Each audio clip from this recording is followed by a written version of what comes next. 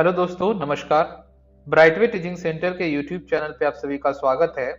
आज हम लोग क्लास 12th के बिहार बोर्ड में होने वाली वार्षिक परीक्षा 2022 में समाज शास्त्र यानी सोशियोलॉजी के कुछ इंपॉर्टेंट क्वेश्चंस को आपके सामने प्रेजेंट करने जा रहे हैं।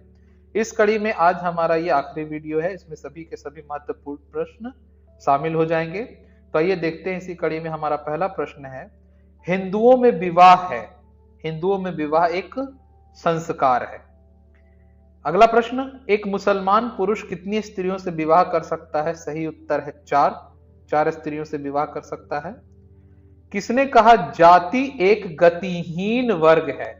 सही उत्तर है मजूमदार महोदय ने कहा था। कौन सी एक ऐसी प्रक्रिया है जिसमें निम्न हिंदू जाति उच्च जाति के संदर्भ में अपनी प्रथाओं में परिवर्तन करता है? सही उत्तर है संस्कृतिकरण। अगला प्रश्न है, निम्न में से कौन जाति व्यवस्था की मौलिक विशेषता नहीं है? सही उत्तर है गतिशीलता। विश्व में आधुनिकीकरण की प्रक्रिया कब आरंभ हुई? सही उत्तर है 18वीं शताब्दी। स्वर्ण जयंती स्वरोजगार योजना किस वर्ष लागू हुआ?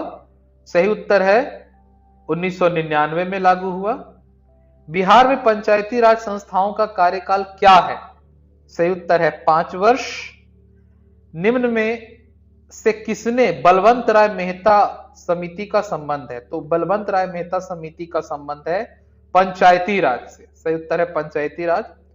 भारत में वर्तमान कानून के अनुसार लड़के एवं लड़कियों के विवाह की न्यूनतम आयु क्या है? वैसे तो पहले अगर देखा जाए तो 21 एवं 18 वर्ष, परंतु कुछ दिनों पहले 15-20 दिन पहले लड़कों के विवाह की आयु 21 तो थी ही, लड़कियों की विवाह की आयु को 18 वर्ष से बढ़ा के 21 वर्ष कर दिया गया। यानी लड़का हो या लड़की 21 वर्ष की आयु के पश्चात ही विवाह करेंगे। तो इसमें ये थोड़ा सा सुधार करने की जरूरत है।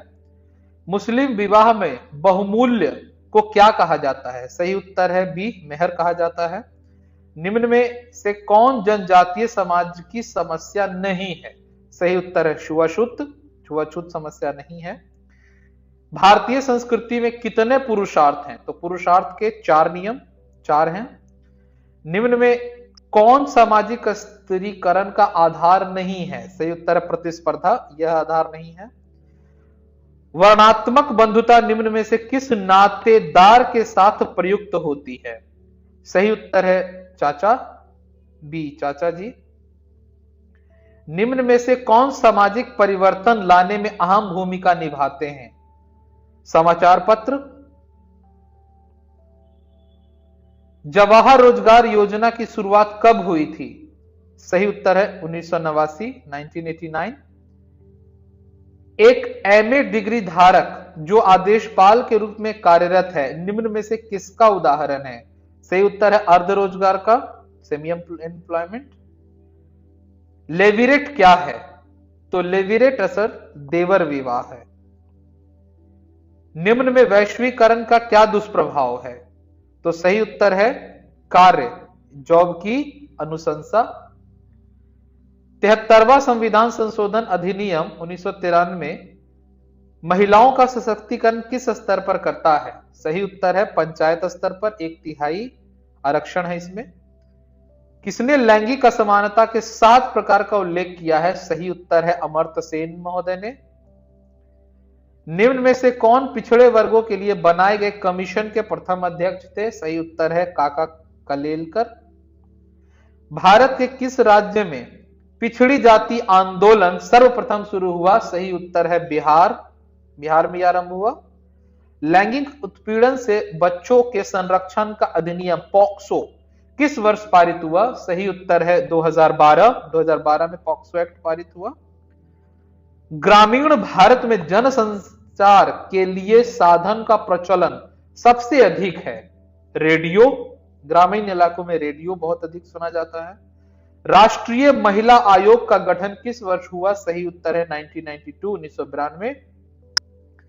निम्न में से कौन मंडल आयोग के अध्यक्ष थे? सही उत्तर है बीपी मंडल, विंदेश्वरी प्रसाद मंडल। और विश्वनाथ प्रताप सिंह महोदय ने, जो भारत के प्रधानमंत्री थे, इनके रिकमेंडेशंस को, अनुशंसा को लागू किया था। भारतीय संविधान की किस धारा में भ्रष्टाचार की संकल्पना को परिभाषित किया गया है? सही उत्तर है 161। दलित वर्ग कल्याण लीग की स्थापना किसने की थी? सही उत्तर है बाबा साहब भीमराव अंबेडकर। बिहार में बेरोजगारी भत्ता के लिए किस आयु समूह के बेरोजगार हकदार हैं? सही उत्तर 21 से 31 वर्ष की आयु के युवा।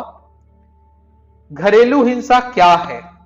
परिवार के अंतर होने वाली हिंसा। परिवार के अंतर्गत जो हिंसा होती है उसे घरेलू हिंसा का नाम दिया जाता है।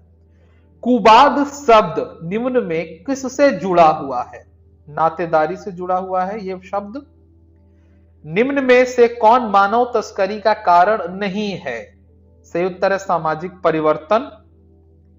बाल श्रम उन्मूलन अभियान हेतु किन्हें नोबेल शांति पुरस्कार दिया गया है? सही उत्तर है कैलाश सत्यार्थी।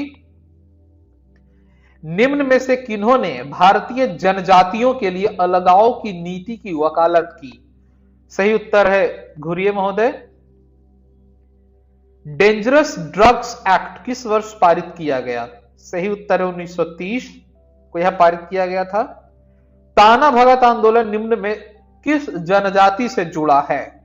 सही उत्तर है उरांव जनजाति से जुड़ा हुआ है यह ताना भगत आंदोलन। निम्न में से किस जनजाति में युवा संगठन को जितियोरा कहा जाता है? सही उत्तर है भुंज।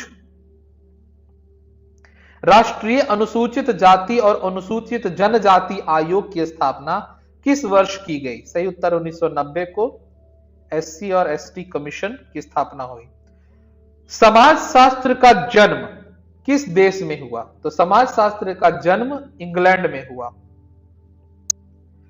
किस वर्ष को महिला सशक्तिकरण वर्ष के रूप में घोषित किया गया? सही उत्तर है 2001 को। किस वर्ष एकल बालिका सीबीएसई योजना की शुरुआत की गई? सही उत्तर है 2015। निम्न में से कौन जाति व्यवस्था में परिवर्तन का कारक नहीं है? सही उत्तर है परंपरागत। निम्न में से कौन सांप्रदायिकता का कारण नहीं है? आधुनिक शिक्षा। एमएन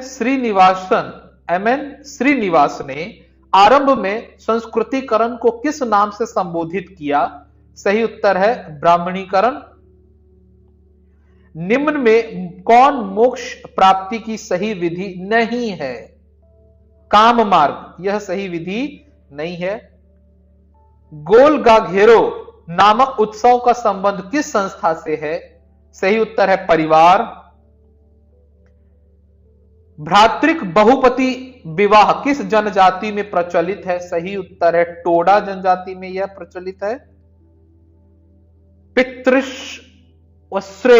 पितृश्रेय नातेदारी का संबंध किस नातेदार से है? बुआ से संबंधित है। Elementary form of religious life पुस्तक के लेखक कौन है? सही उत्तर है दुर्खिम महोदय ने पुस्तक का लेखन किया। केंद्रीय नारकोटिक्स विभाग की स्थापना कब हुई? नारकोटिक्स ब्यूरो ऑफ इंडिया की स्थापना हुई 1947 में। धर्म की उत्पत्ति के प्रकृतिवाद का सिद्धांत किसने प्रतिपादित किया? सही उत्तर है टायलर महोदय ने। भारत की राष्ट्र भाषा कौन है? बहुत आसान सा प्रश्न है। सही उत्तर है हिंदी, हमारी राजभाषा और राष्ट्रभाषा भी है। निम्न में से कौन सा एक वर्ण है? तो सही उत्तर है ब्राह्मण क्षत्रिय वैश्य शूद्र वर्णा सिस्टम का एक वर्ण है। इंडियन सोसाइटी नामक पुस्तक के लेखक कौन है? सही उत्तर है एस.सी. दुबे। भारतीय समाज कितने आश्रमों में विभाजित है? सही उत्तर है चार आश्रम। ब्रह्मचर्य आश्रम, गृहस्थ आश्रम, बाणोपस्थ आश्रम और संन्यास आश्रम। निम्न में कौन भारतीय संस्कृति की विशेषता नहीं है? धार्मिक असहिष्णुता यह भारत के संस्कृति की विशेषता नहीं है। मर्डॉक के अनुसार विवाह का कौन उद्देश्य नहीं है? तो सही उत्तर है आर्थिक सहयोग, यह उद्देश्य नहीं होता है विवाह का। दादी नातेदारी की किस श्रेणी के अंतर्गत आती है? तो तृतीयक। नातेदारी की कितनी श्रेणियां होती हैं? तो नातेदारी की 3 श्रेणियां होती हैं। हिंदू विवाह के कितने स्वरूप हैं? तो हिंदू विवाह के कुल 8 स्वरूप हैं, जिनमें से 4 श्रेष्ठ माने जाते हैं। हिंदू विवाह का निम्न में से कौन सा प्रकार अमान्य है? तो असुर विवाह अमान्य माना जाता है, नीच प्रकार का विवाह माना गया है इसे।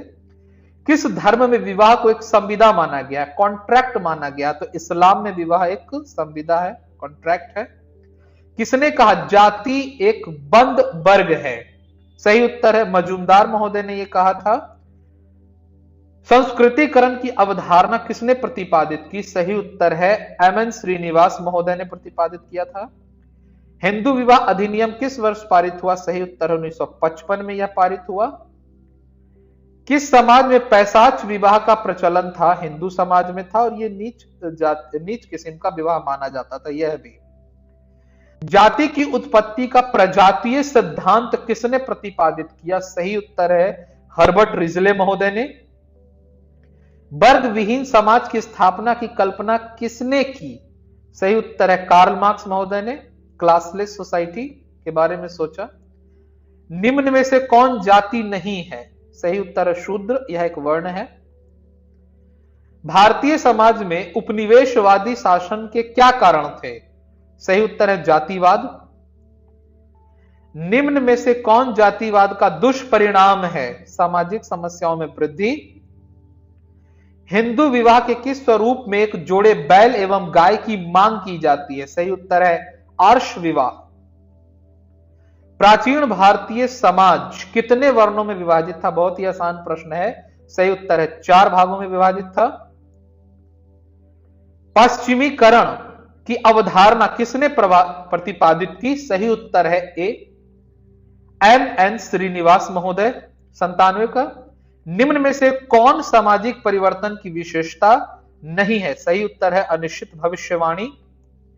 निम्न में से कौन समाज शास्त्र में भारतीय विद्या शास्त्र उपागम के समर्थक हैं? सही उत्तर है जी.एस. घुरिये महोदय।